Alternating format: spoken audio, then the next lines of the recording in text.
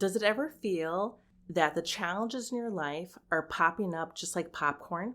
One kernel pops and you go over there to look at that and try to focus on it, and another one pops up and another until you have a bowl full of popcorn problems. And while popcorn is tasty to eat, these challenges are very difficult. And I have one tip for you in how to process and give you perspective through these challenges so you know what next steps to take. Hey friend, do the daily demands of family life leave you exhausted with no time for yourself? Ready to make self-care and healthy boundaries a natural part of your day, all while embracing your roles as a wife and mom? Well, I'm so glad you're here. I'm Christina, married 16 years to a neurodiverse man, mom of 3 neurodiverse kids, and many more roles. Welcome to the Moms in Neurodiverse Families podcast. Get ready to begin your self-care journey. Grab your Sante latte and listen in as we take a small step towards a healthier you. It has been fun having you along as we talk about the blessings and challenges of neurodiverse families and also trying to take care of ourselves. I will be launching a planner coming up in the next couple of months, and I would love for you to join my email list so that you can be the first to know, and also for tips on how you can figure out how to balance what you need to do for your family, but also be taking care of yourself. So now let's talk about some of the younger years. Again, I find that going back to the time when I didn't know what was going on with my kids, didn't know neurodiversity, is helpful to explain the confusion, but also some of the steps that we figured out. There are a couple of summers that come to mind during the younger years where I felt the problems were like popcorn. They kept popping up so much, and I could not keep ahead of it. Anything from younger ones thinking that, oh, it's okay to make a toilet here where it's not a bathroom. Or, as I mentioned in the past, toothpaste volcano. Let's squeeze this toothpaste tube as hard as we can and see how much toothpaste we can get out. Or, I think I'm old enough to, start my own business, and I think I should be able to sell my brother's stuff on the driveway. There was always this creativity, but also problems of the meltdowns over the food or over toys, whatever. There was so much that kept popping up, and it became so overwhelming, and I didn't know where to focus on first. And at one point, we began seeing occupational therapy, and we began understanding the challenges my kids had. Autism was on the radar, and I was really confused on how to handle all of these situations. And so I went back to previous practices I have done as an emergency manager. I had learned that when you have an event that happens, you begin recording and you begin tracking. As a paper planner, I have known for a long time how writing down your daily events, planning your events, how important that is, and journaling was important. So I took those two concepts and began finding a method for me to record. Now, one of the hardest summers we had, I had bought a little field note notebook, and I'll put a link of that in the notes. But these little small notebooks, about maybe 4 by 6 inches, that I could easily keep with my phone and a little pen. And I had a list, like it was like a bunch of lines, and I would write down the date, and I would just jot down a couple of words, and it would be recording some of the hard events that were happening for the kids, things I already shared before, or sometimes it was the positive events.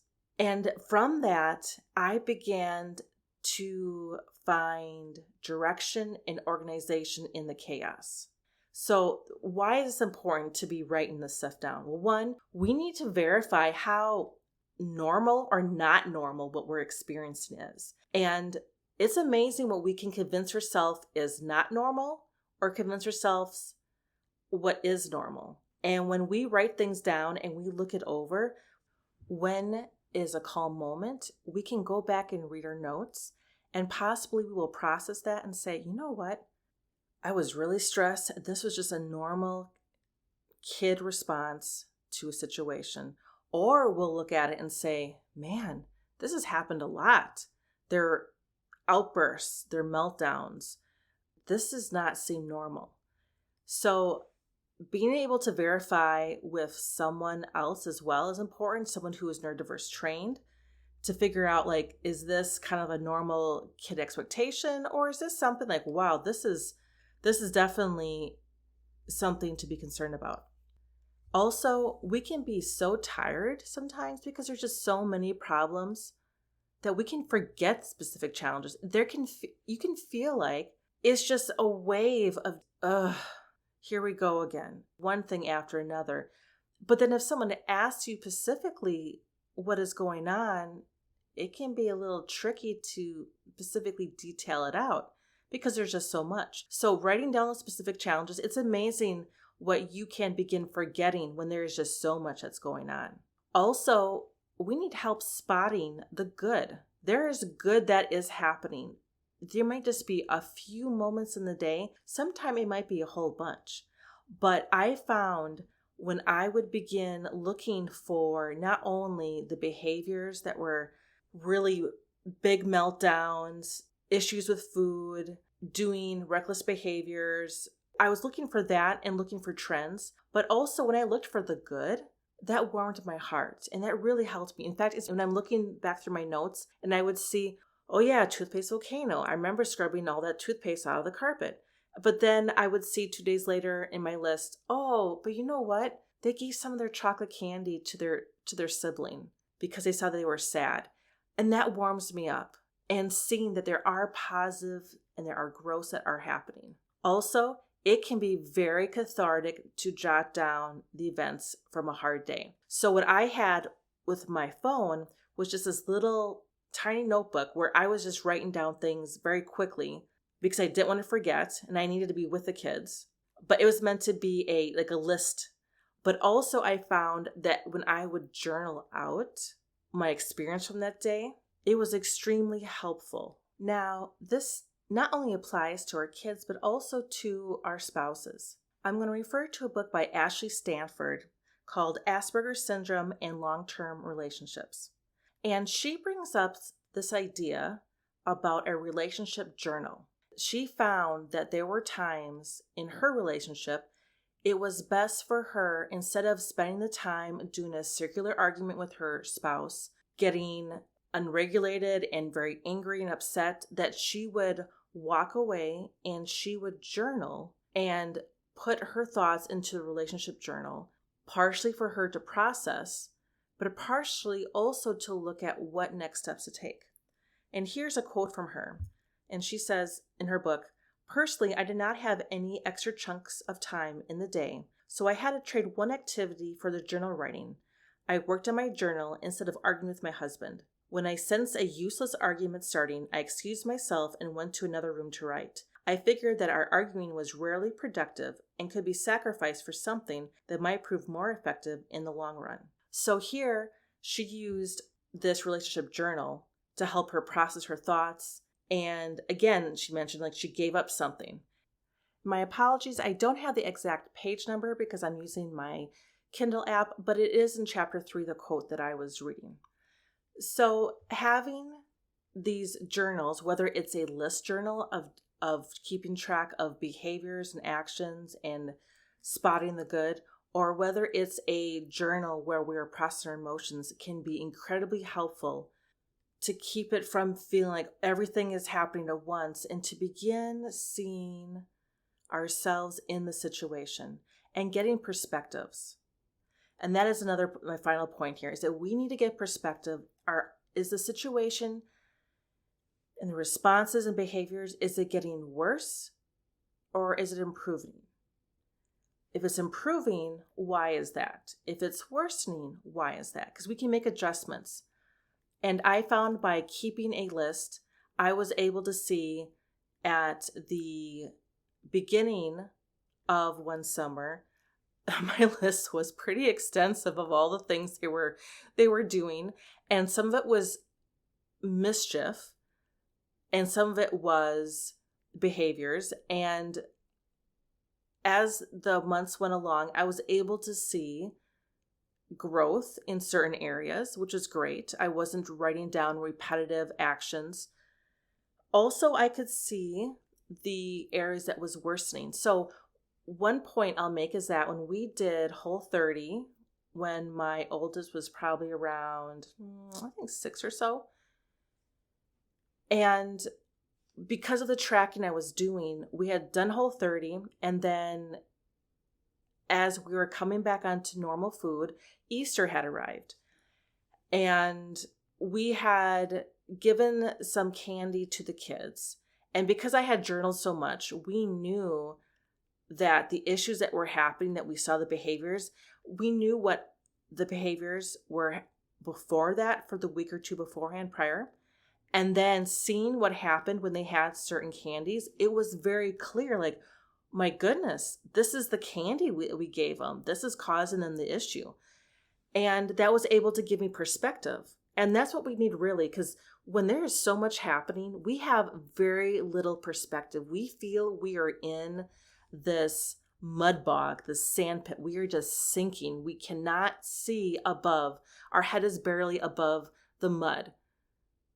And what we need to do is take activities that will help us get the perspective we need to see, where are we in this journey? What is still a struggle? What is improving? And as you make adjustments, for example, we made food changes. And as you make the food changes, doing that tracking, able to see, wow, this is improving, but man, this hyperactivity is still a challenge here. Okay. But I do see that some of the outbursts have decreased. So hopefully this is giving you some ideas of how you can use tracking, whether it's very utilitarian, it's a basic list and you're just jotting down like really quick thoughts, or it is a journal and you are processing deep emotions and feelings. That will give you perspective so that you do not feel like everything is falling apart, and instead you begin sensing like, I think I'm getting a direction of what we need to be doing. And I did find that often, the more I spent tracking, recording my thoughts, making a list, the easier it was for me to know what to do next. So for you, what would be your go-to method for recording, whether it's your thoughts, or maybe you're creating a list of keeping track of actions? Are you doing a digital? Are you doing a paper format? Both have pros and cons.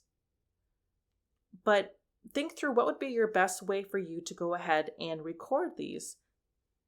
And then also, how will you incorporate into your daily life? Like I said, this little field notebook that I had was small enough to go with my phone and a pen. I was able to walk around. I could put it in my back pocket. It worked great for just tracking down really quick things.